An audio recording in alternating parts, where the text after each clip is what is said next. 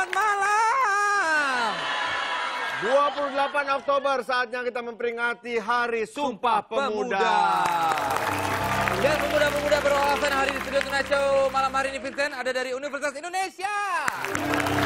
Dan juga pemuda-pemudi dari Politeknik Negeri Jakarta.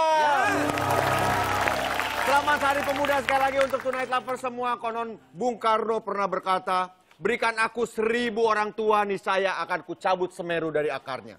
Berikan aku 10 pemuda, niscaya akan kuguncang dunia. Hibut! Hidup pemuda Indonesia.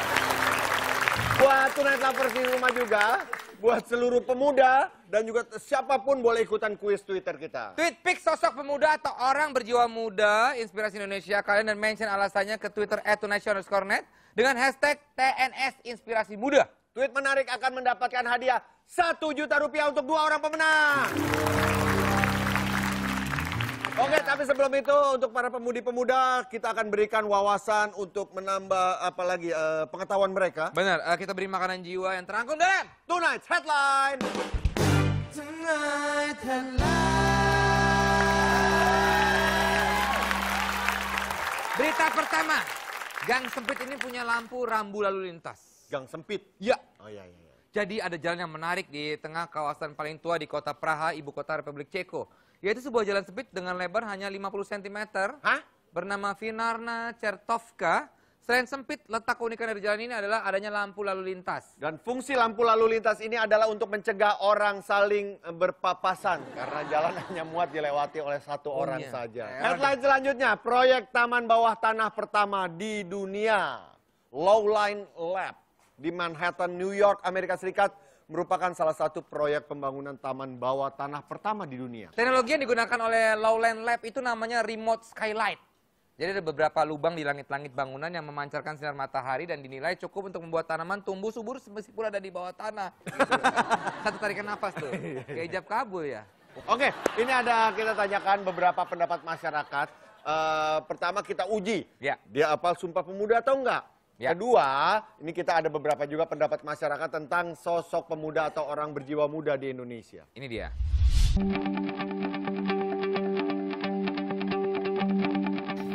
Kami putra-putri.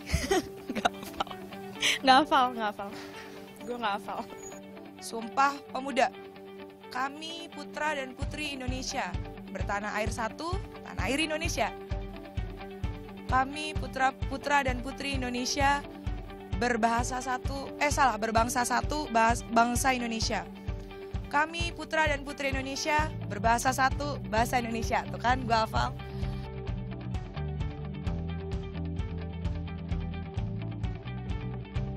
Sumpah Pemuda tuh buat anak muda zaman sekarang tuh kayak merupakan suatu acuan buat mereka.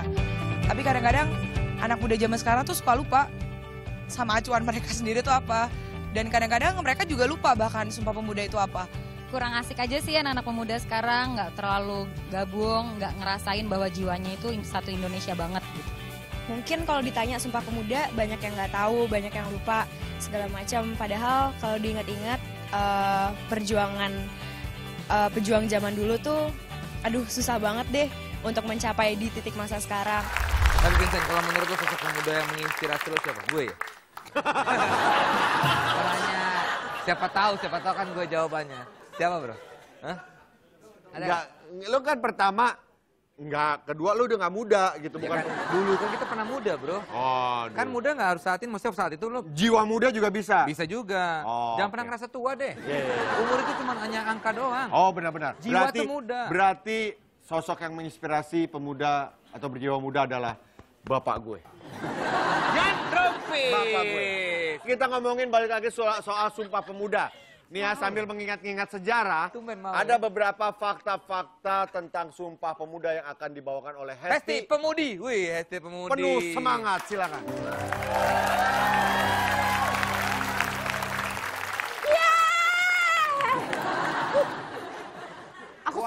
Aku semangat banget. Oke, sekarang saya akan memberikan beberapa fakta Sumpah Pemuda hanya di Fun Fact.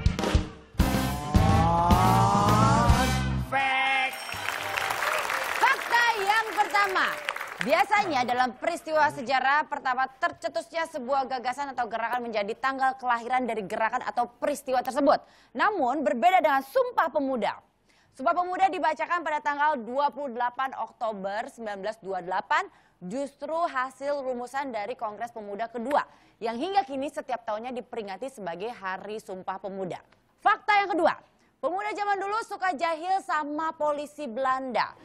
Iya ternyata ada fakta tersebut. SK Trimurti, salah satu tokoh pergerakan masa itu, menulis sebuah cerita unik di sebuah buku berjudul Bunga Rampai Sumpah Pemuda. Isinya adalah trik khusus agar rapat organisasi pemuda yang dianggap radikal oleh Belanda itu tidak dibubarkan paksa oleh polisi Belanda. Oh, pakai taktik ya? Iya, jadi ada cerita waktu itu para pemuda hampir ditangkap sama polisi Belanda karena menggelar rapat. Nah, tapi akhirnya lolos. Jadi waktu polisi mau menggerebek, para peserta rapat ini ngeles dan cepat-cepat ganti sikap. Jadi dari rapat yang serius diganti jadi ada acara joget-joget. Fakta yang ketiga, lagu Indonesia Raya memang pertama kali diperdengarkan saat Sumpah Pemuda. Ya, tapi ternyata lagu Indonesia Raya saat itu dinyanyikan tanpa syair. Betul sekali. Justru cuma humming doang. Karena liriknya banyak sekali kata-kata merdeka Indonesia. Dan itu bisa saja dibubarkan oleh polisi Belanda secara paksa bila lagu itu diperdengarkan lengkap dengan syairnya. Betul. Itu fakta yang ketiga. Iya, Jadi iya. dengan humming aja nggak ada syair sama sekali. Ya. Nah, itulah dia beberapa fakta tentang peristiwa Sumpah Pemuda. Energik sekali ya, energik sekali. Terima kasih pemudi Hesti penuh semangat. Loh, kok tukar tempat? Gak apa-apa lah, apa salahnya. Iya, saya nggak biasa. Ya, ya. Abis Saya ini- bisa melihat muka kamu dari sisi kiri doang. Oh, Kalau dari sisi kanan aku nggak suka. habis ini kita akan ngobrol dengan para pemuda-pemuda yang sangat menginspirasi dan juga membangun Indonesia. Don't go away, we'll be right back after this one. Tetap di Tonight Show. Langsung nyampe, dan kan mobil gue banyak ya. Jadi gue pinjam berkali-kali. Buat moles banyak. Ini orang kok host ria banget ya? Kok iya sih?